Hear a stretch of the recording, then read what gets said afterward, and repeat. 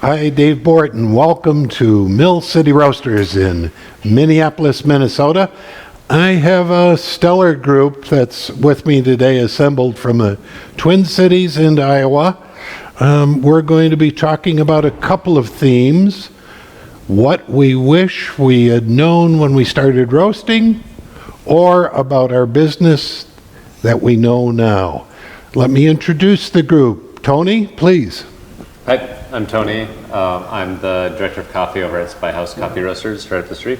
And the 2016 Roaster of the Year, Joe? Hey, I'm still Joe Morocco, and I still work at Cafe Imports up the street as well, kind of halfway between here and where Tony works. And there I do sales and the Director of Education. Former barista champ of the Midwest, former roaster, and now our friend and compadre. Ellen Swan. Ellen Frank from Auburn, Iowa, owner of Little Green Truck Coffee Company. Thank you, Ellen. I worked with an Ellen Swan. I slipped there. Been a couple of years. And Micah?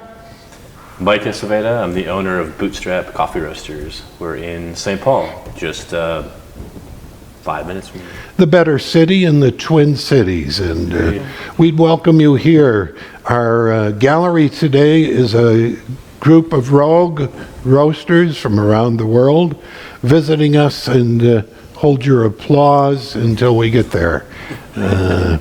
Let's kick this off. What do you wish you had known when you began roasting that you know now? Joe, you want to get us into the weeds quickly? Oh, sure. You can count on me for that. Always.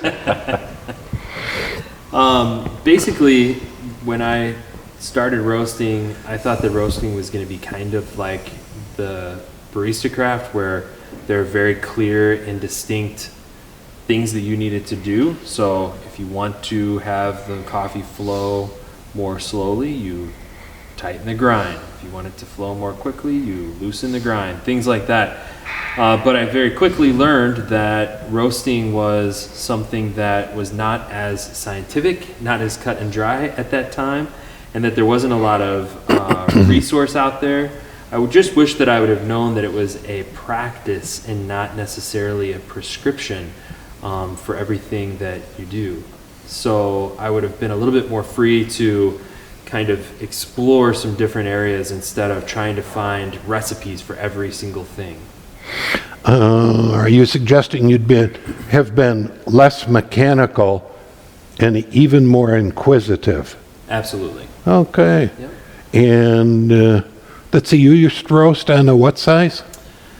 Well, the first roaster I ever roasted on was a 1 pound San Franciscan. It was our sample roaster at Caldi's in St. Louis, and our production roasters were a 70-pound San Franciscan and a 25-pound San Franciscan that I moved very quickly up to.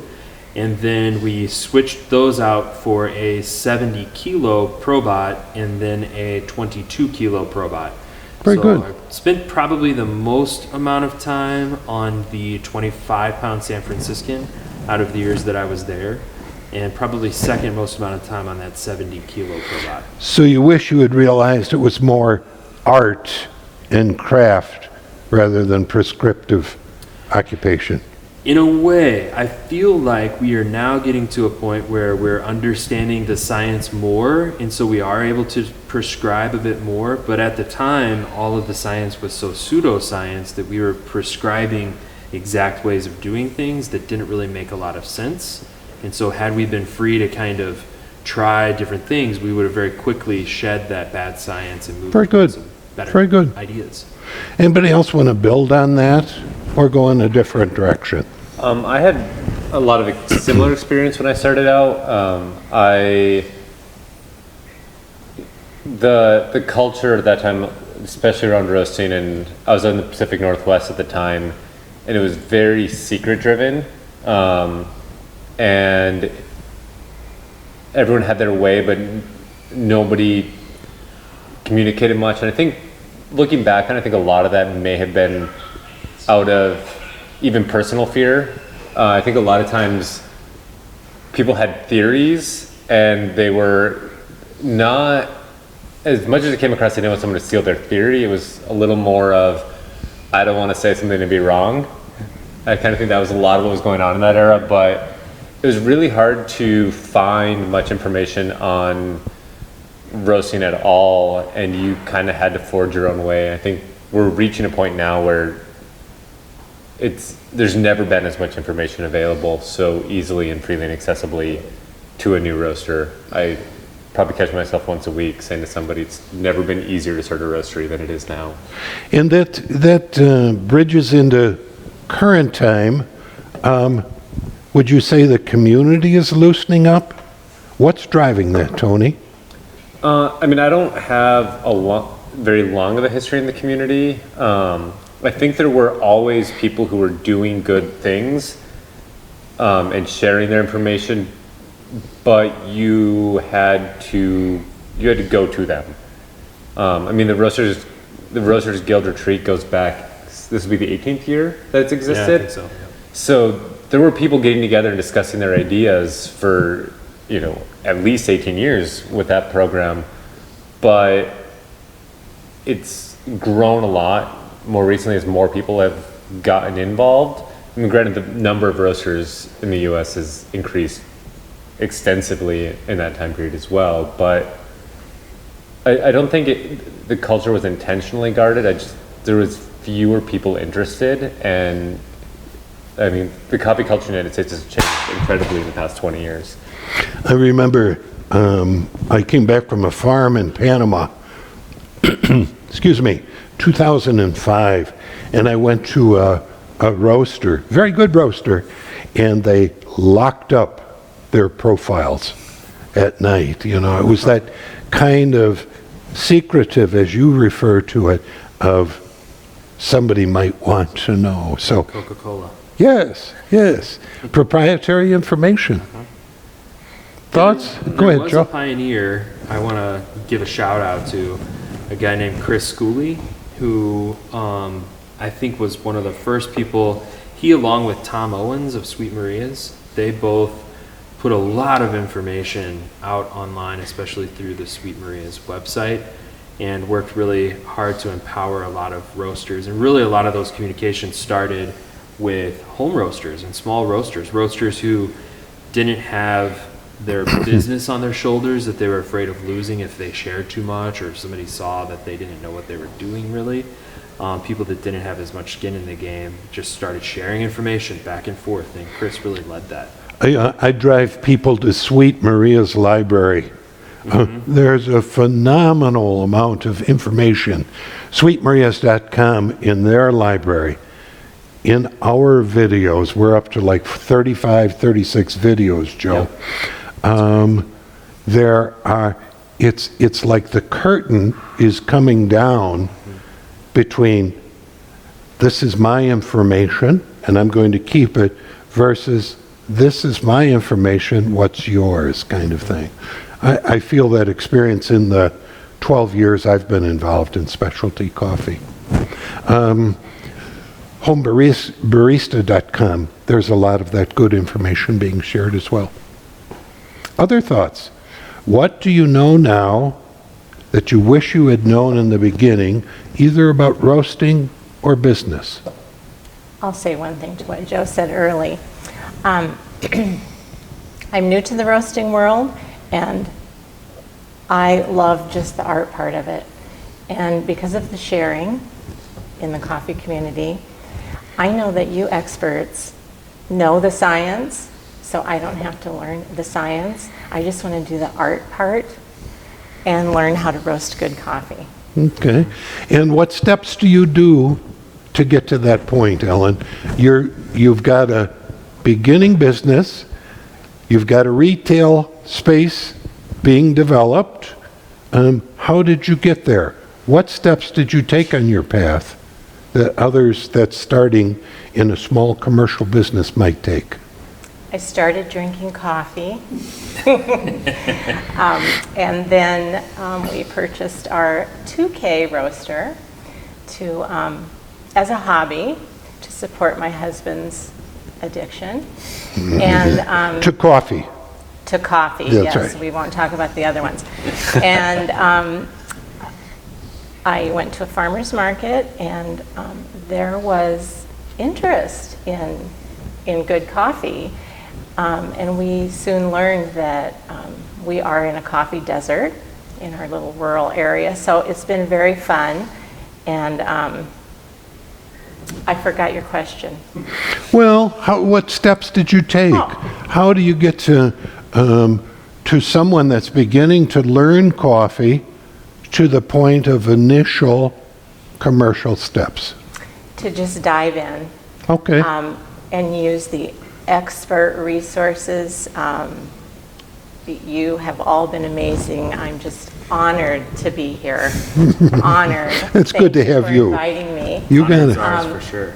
But if I can do anything, it's to inspire the startup tiny roaster and go for it and not be afraid. And I mean, if I have a bad roast, my family drinks it, and open to criticize. But yeah, and I'm going to bring the point up that the thing that I know made me helped me the most in my long roasting career is when my artisan did not work. One day when I had to roast four batches. And You mean you can roast coffee without using software? yes. Talk about that experience. Well, you rely on your nose and your eyes and timing other than the computer screen, and it brought everything together for me. And Okay. that's how I became a little bit confident. Joe plugged that, I don't know if it was last month or the month before last. Yeah, for It our said, New Year's resolution. New Year's resolution, roast several times without your profiles. That's right. And Tony, I think you first learned to use software when you came here, didn't you? I started on paper books. I won't say how far our temp gaps were where I started. I mean, yeah, we had some range, and that shifted over time. And when I started at Spy House, I was a paper guy. That's how I did all my logging. But I'd seen the power that some of the software had, so I actually created my own Excel sheet that allowed me.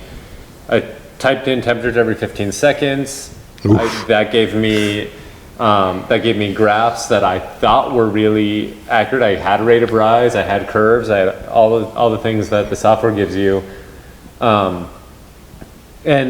it's good in that learning because I mean I always flex on how I want to teach someone to roast, whether I want them to be paper, heads in, do the math, or software. And the more and more I'm on software, it helps. And I think that's such a huge improvement that the coffee industry has now. I like to call it the Zen of roasting a little bit, as you're having that instantaneous readout of what your airflows, what your air temp's doing, what your bean temp's doing, you can see reactions. And being able to work alongside the coffee, not force the coffee. I know learning for me, people would talk about the color changes of coffee, and I'm at yellow, and I'm like, how are you calling yellow to a second? There's a range of of yellow here, and like, I never worked in a place where we actually use the terms full city or anything like that, and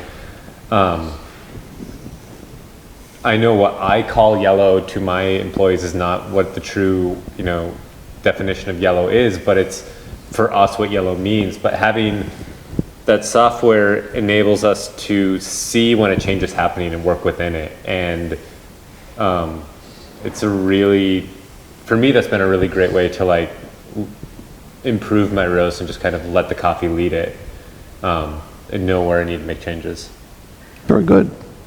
Micah, any different thoughts, rejoinders? I mean, yeah, I also started on pen and paper, and we actually just moved over to software not even a year ago. It was last summer, actually. Yeah, and I think there's a lot of value in kind of learning how to roast pen and paper. You're very hands-on. You're very you have to kind of see the curve, you know, that you're creating, and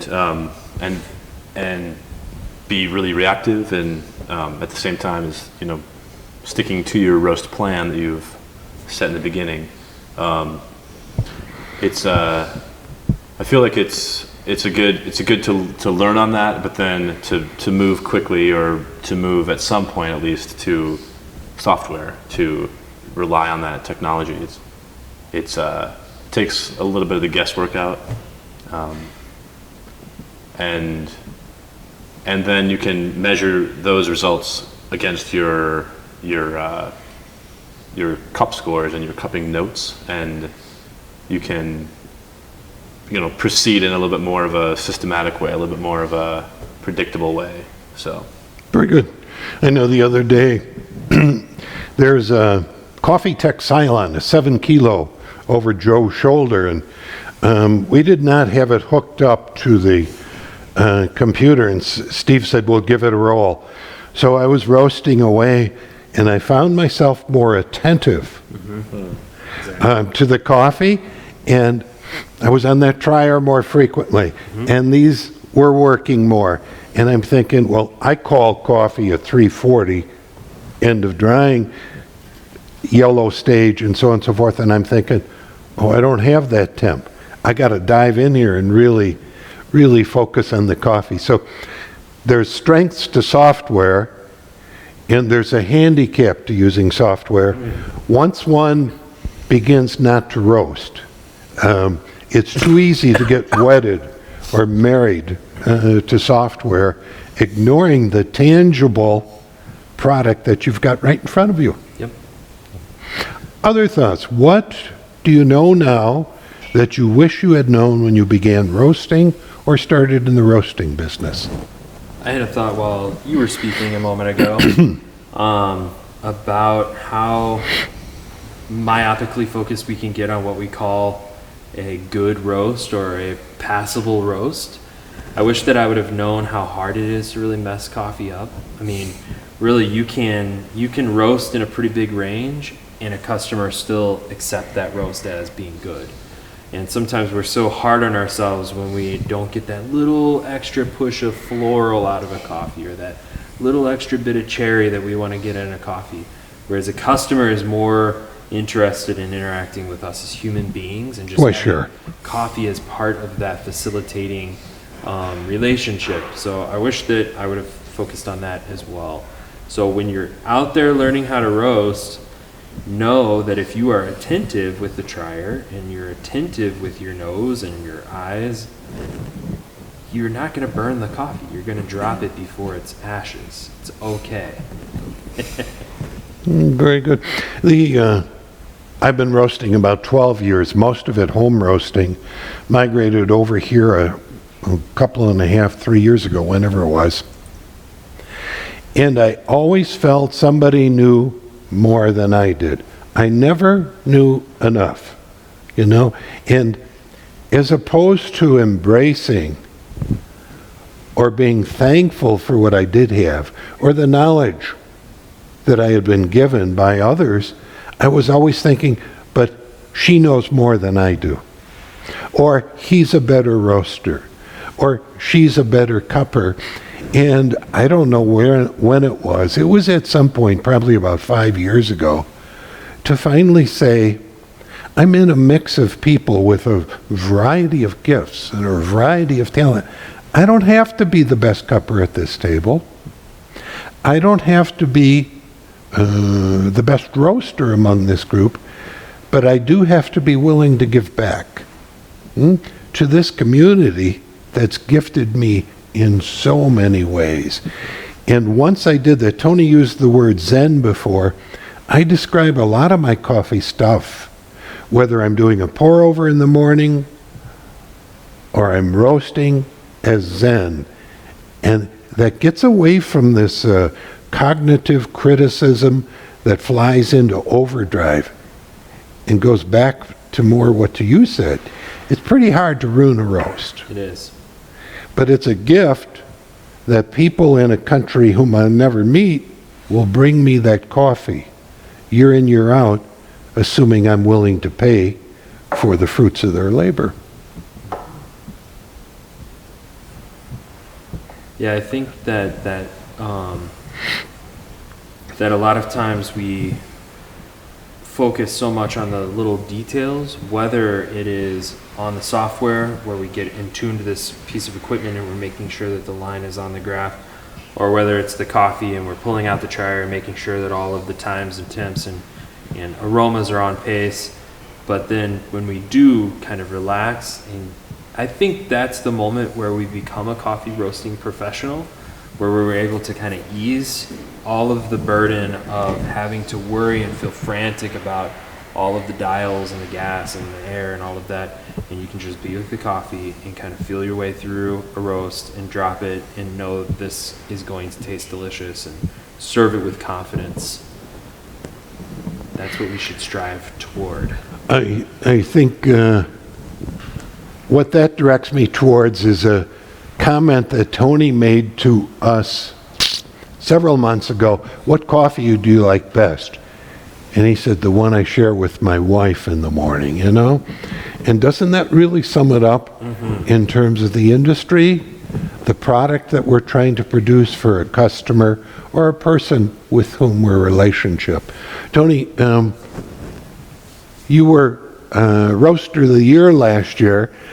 Did you get out of Zen moment and get a little bit frantic as competition draw near, or did you relax with it? So when we were turning in our coffees, To whom? to Joe specifically. I was the head judge. Joe was the head judge last At year. the SCA convention in Atlanta. And immediately turned in my coffee, went and helped my barista do a practice routine, and then came back and worked the Roasters Guild membership table. And I was sitting next to Jen Apodaca, who's also on the EC, Now the head judge. now the head judge, Decision. and a couple other people who had entered to come up and asked how I felt about my coffee, and I was convinced that I destroyed my compulsory coffee. I did not think I was getting out of compulsory at all. And when I did win, Jen came running up to me along with Bill and gave me a huge hug and just very not so gently reminded me of how upset I was about my compulsory coffee. Yeah, I mean, when you're going to be judged on something, you want to be perfect, and not all of the elements are in your hands. I competed the year before, and I had entered a horrible compulsory coffee that I thought was really good. I mean, there are things that are out of your hands in anything. I mean, you're flying cross country with your coffee, you're putting it on water that you may not be able to replicate in your cafe. I mean, there are things you just gotta like let it go and hope what you want to show up shows up. I did 3 batches for my finals coffee, and one of them went a tiny bit off curve, and I almost pulled it from the blend, and I kept it in there, and I'm glad I did. But it was one of those things where you just get into the minute details, and I think good coffee should be good coffee. If you have to fight it, then there are coffees that are definitely harder to work with. Like if you go back into some of the Cafe Imports archives, you'll find Joe's article about the first time he roasted Sidra out of Ecuador, and it's a very, very challenging varietal. But there are a lot of coffees that are more or less easy to roast. And if you have to fight the coffee, if you have to do all these things to extract it, even if the green score was a 94, can we call it a good coffee in the same way? If someone can't take it home and make it taste good, if you have to fight to roast it, there's not a place for us to score coffee as what's just good coffee. And I think part of being a good coffee is that it's easy to work with, that you can pass off to somebody else with confidence. I'm really tangential and theoretical here. No, no, I think the point is well raised. The word I'd use there, Tony, is roastability. Yeah. You know, I had a coffee, it was excellent coffee. I scored it almost in an 88, but I knew from customers it had a very narrow band of people to whom it would apply. The rest would say, that's not good coffee. Oh, it was very good coffee, but a small segment of our customer base would enjoy it. And likewise, I won't buy a coffee if I'm struggling to roast it. It makes no sense to make it out there to my customers. Yeah. And I guess what was arching that arrow towards, I think, was buy good green. Like starting off, you may be afraid to throw an extra $1 at that pound of coffee that's really good. You can only get out of it what's in there. And if you're starting with a lower quality coffee, your output's going to be lower quality coffee. I like to refer back to Target on this. Target started buying some Cup of Excellence lots for their Archer Farms line a couple years ago, and everyone was like, why are you selling Cup of Excellence lots in large grocery stores? Like, you're taking a loss on it, and your customers aren't going to get it. And their response was, if they're taking home a better coffee to put in their brewers, they're going to get a better cup.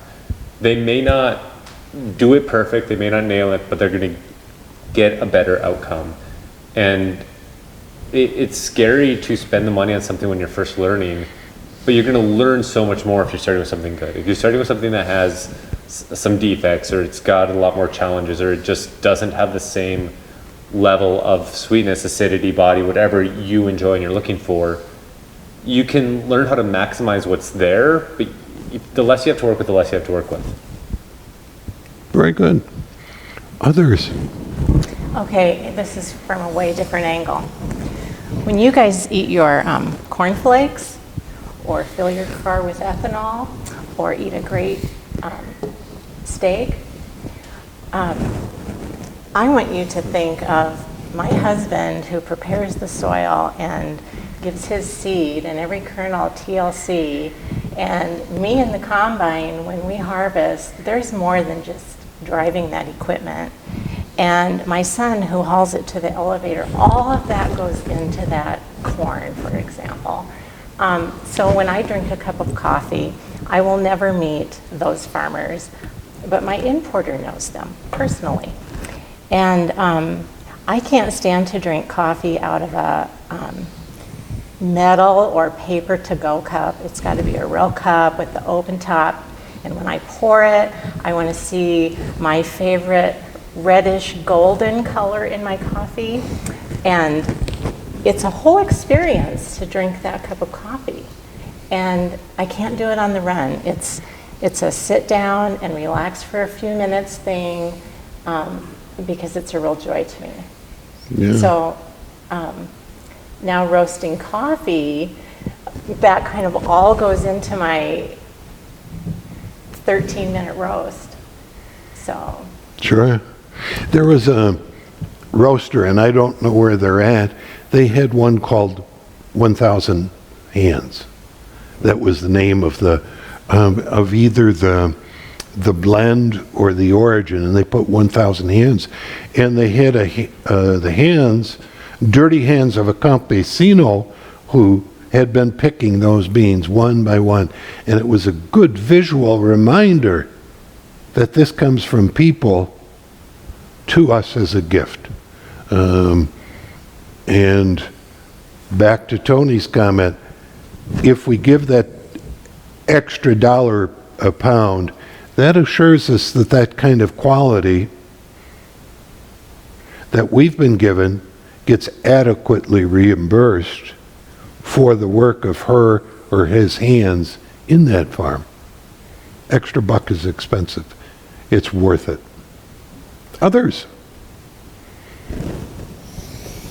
Yeah, I would kind of second that. You know, I think that better quality coffee is also easier to roast. I've found that there's so many different ways you can develop a profile of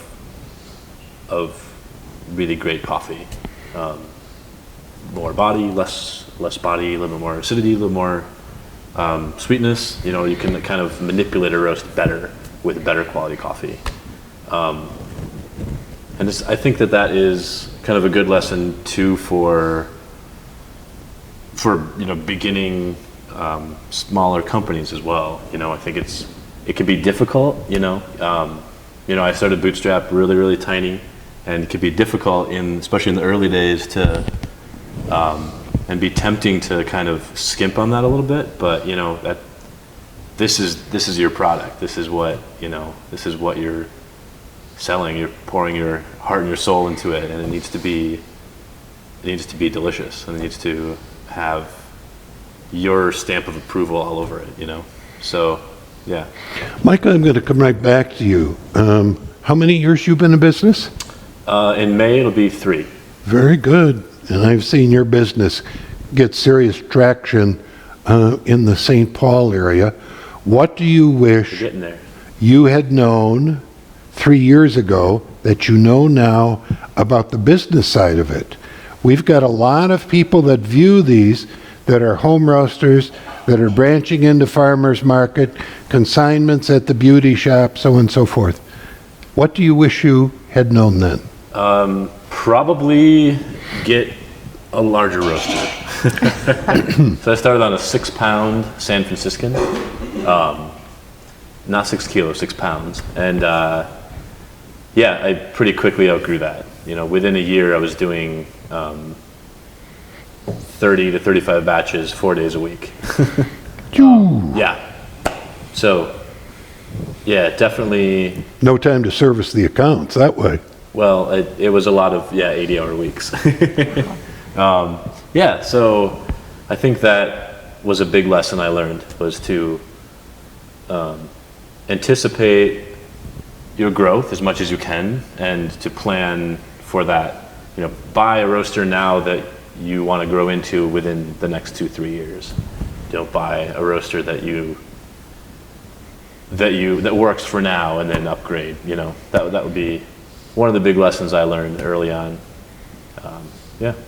And Joe, go ahead. No, you go first. on top of that, I think, Mike, you did this greatly. I didn't see a noticeable transition when you jump machines, but you had to learn a new machine. With coffee, you had to sell to customers. And anytime, like, you know, I went through phases. I've always been on the same machine with Spyhouse, but we've upped our batch size. We ran smaller batch sizes so we could get more batches out, so we could profile more quickly. But every time we jumped up, you know, how do I extend this curve a little bit to match the batch size? How much gas is this? Like, every time we jump on a new machine, I've done it now a few more times through some of the events I've gotten to go to, and I can jump on a machine and I can get good coffee out in a couple batches. But like, what does 5 mean? Like, all those things that you just don't know when you're jumping on a new machine. And it's like, I mean, I'm sure you had some stuff that you had planned loss, but eventually you had to be putting coffee out to a customer that you were still technically learning on. Still learning. Yeah. No, it was a really stressful couple of weeks. Our last production day of the week was Wednesday, and then the machine was installed Thursday, and then our next production day was Monday going out. So I had 3 days to basically learn this machine and get up to speed. And the first, and then the next week or two after that was really, obviously, you know, scaling up profiles and basically setting new profiles, you know, for this.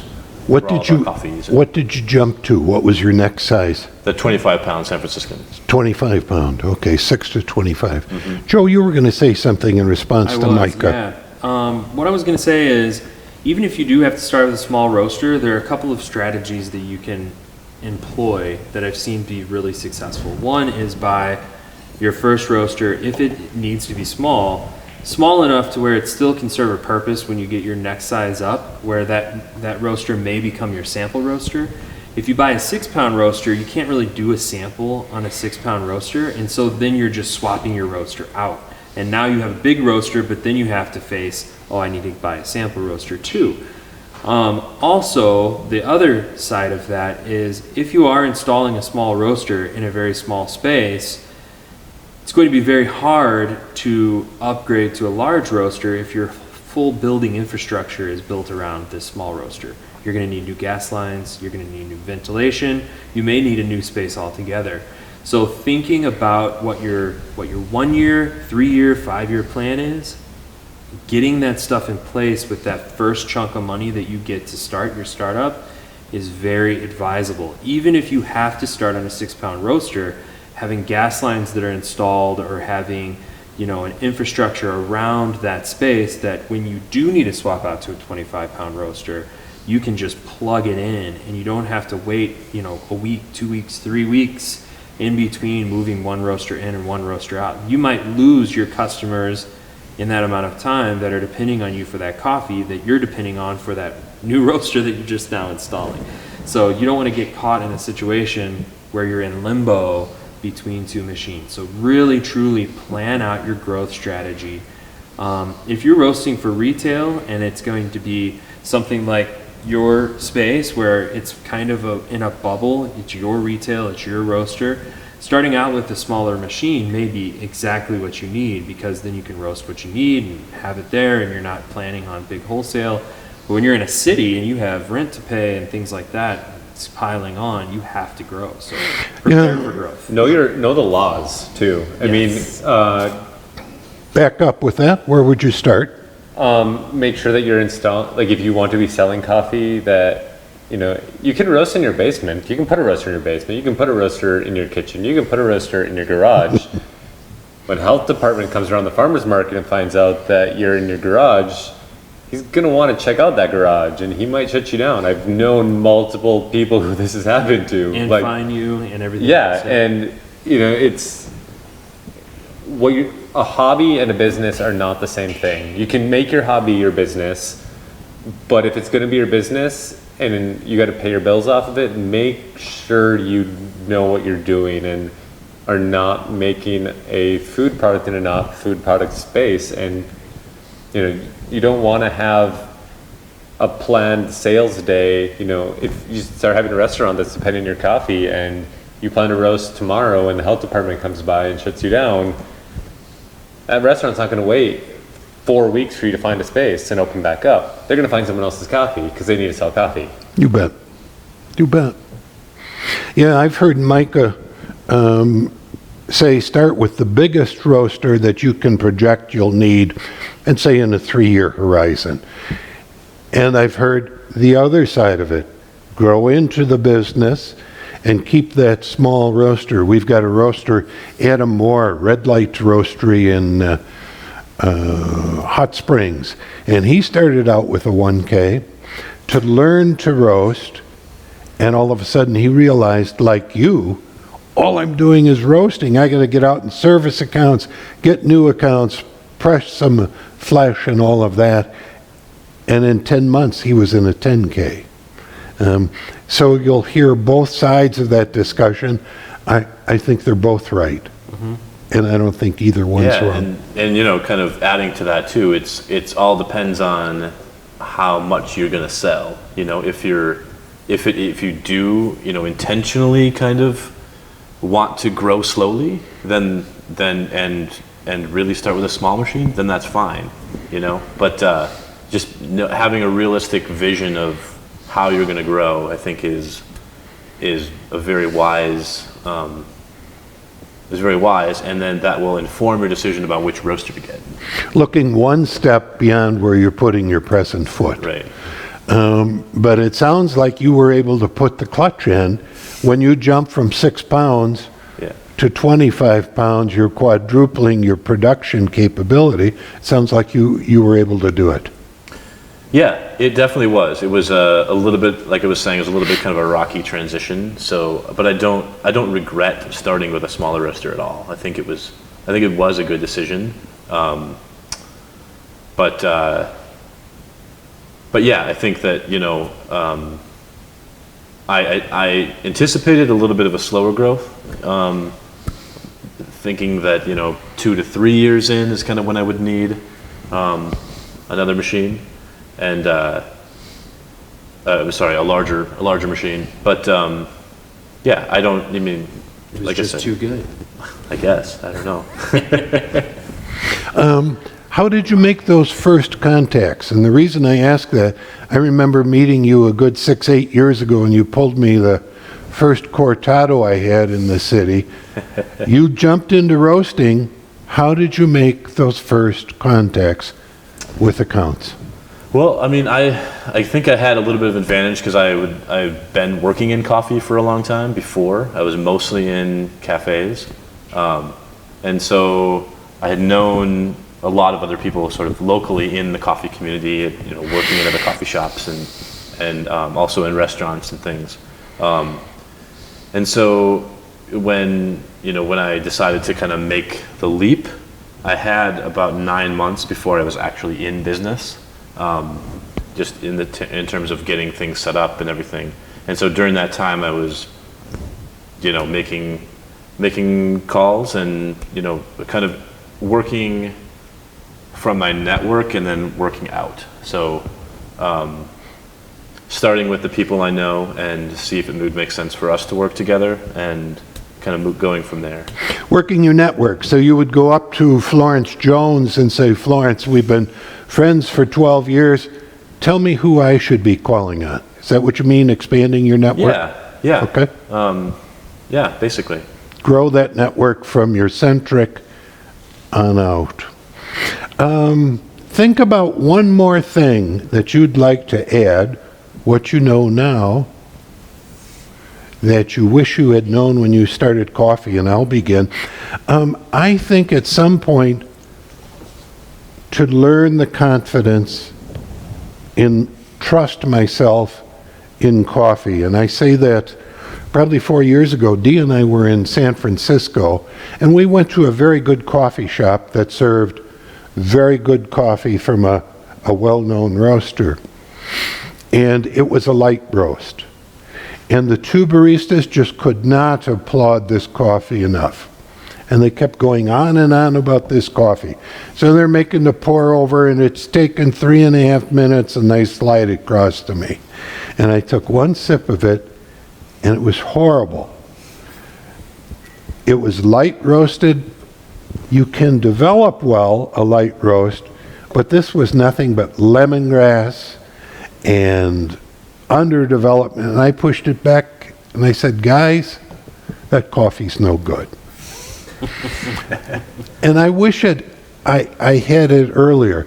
Not in a cocky sense, but in this 12-year walk in coffee, I wish I had had more comfort with that at year 4 and 5, as opposed to, well, what did Joe Morocco say? What did Michael Sveda say? And then going, oh, I've got the gospel of coffee here because I've talked to one of the disciples. I can still learn. I can garner. I can appreciate what others have to offer.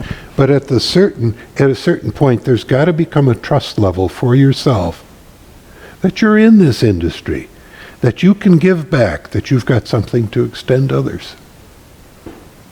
That's mine. For mine, I would say try to find the balance between mentorship and trusting yourself.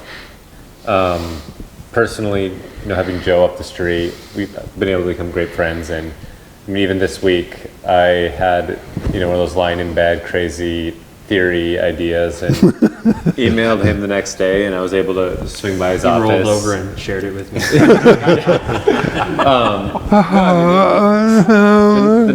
The next day between batches, I sent this complicated roast theory idea over to him, and was nervously waited for him to tell me I was way off base, and found out I wasn't. Was able to go over and talk with him, and many times Joe's been a great resource for me educationally, but also having that confidence in my ideas to say, hey, this is what I think is right. Before I go tell someone else that it's right, I'm going to check this against you. One guy who's kind of personal hero of mine in the coffee world is Daniel Evans in Valparaiso, Indiana. He now owns a roastery called Dagger Mountain, and he started there as a barista, took over their roasting. In the past year and a half or so, I believe, bought the company, upgraded their roaster from an old, beat up, small Ambex to a beautiful rebuild ProBat UG15. And my production roaster was hanging out with him at Roasters Guild Retreat this year, and I mean, Daniel pretty much taught himself to roast. He was, there wasn't many local resources in Valpo, and someone was asking him how he did that. He's like, you taste a lot of coffee and you have a lot of tears. And like that end of, his company was still doing well. He was selling coffee. He wasn't proud of his coffee because he's a perfectionist. I mean, I think we all have had those, we understand that like our customers will buy this and they will think it is good. I know it could be this much better. I didn't hit my mark and that drive, but like if you put your head down and you do your work and work hard, you can do great things. But also find someone who you can ask the questions and need to ask questions. Trust yourself, have a mentor, and know the difference. Yeah. Very good. Good thoughts, Tony.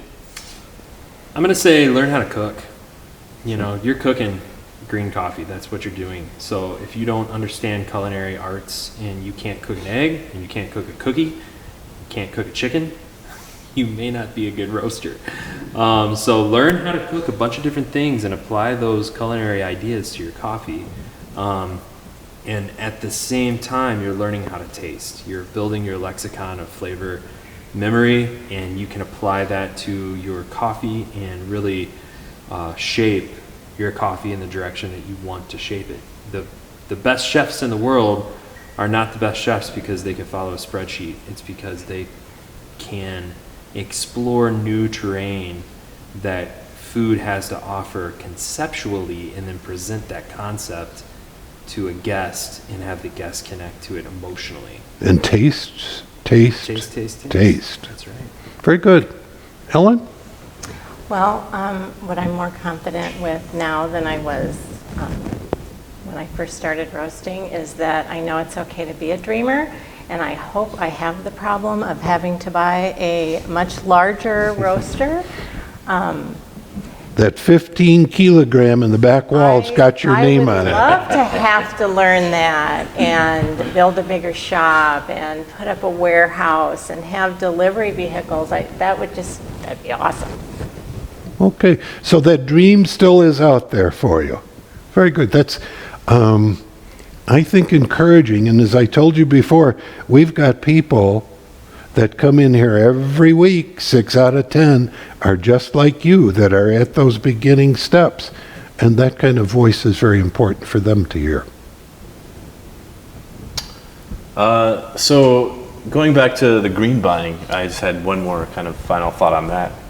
I would advise having a good green buying strategy for your company. And we were talking earlier about, paying good money for good coffee, and that's definitely a good principle, but I think buying the right coffees for your company and for your customers and for your price point and in a way that really makes sense. I think relying on your importer is a good way to is a good resource for you, to buy coffee in a way that really makes sense for your company, and they can help you set you up with the right coffees and with an eye toward the future as well as the present. So, And go deep on fresh crop, right? Mm-hmm. When they come in, work with your importer, find the best coffees, and go as deep as you can based on your plan for the year. Be the kind of customer to them that you want your customers to be. Everyone's going to be, when fresh crop season rolls around, or like a couple weeks, couple months after, everyone's going to be asking, hey, what's the best? Hey, what's the best? Be the kind of person that they want to put their best things at. Cup with them. If it means you have to hop on a plane and come visit so you can spend an afternoon and cup coffee with them, communicate back. Give them back what you found in the coffee, what you liked, what you didn't like, and what you bought, so that they can, when you ask for advice, they have some knowledge of you to be advice. If they're coming to your town and hosting an event, volunteer. Don't just be the guy who is going to be drinking the free beer in the corner and asking, for the best samples, but, maybe offer to pour water at a cupping. Be the guy who's currying the grounds. Like, be a friend. Like, best part of this business is we all got into it because of people. When you ask somebody what their first coffee was, it was, their mom, their grandma, their aunt, their uncle, their friend giving their first cup. You got into it because of people. Be a good person. You'll get better results from other people back. Very good. Very nice. Those are wonderful concluding thoughts. I want to take this opportunity to thank this group for extending your time, your energy, your wit, and your willingness to bring forth that to others, to share it, so that we can expand our networks, expand our knowledge. And for those of you out there that are viewing in, we welcome your input and ideas for our videos. Joe at cafeimports.com or Dave at millcityroasters.com. Joe and I usually stay about 3 months ahead of schedule, and so we look forward to any ideas or questions that you may have. So thanks very much for viewing in. We'll see you. Bye. Bye.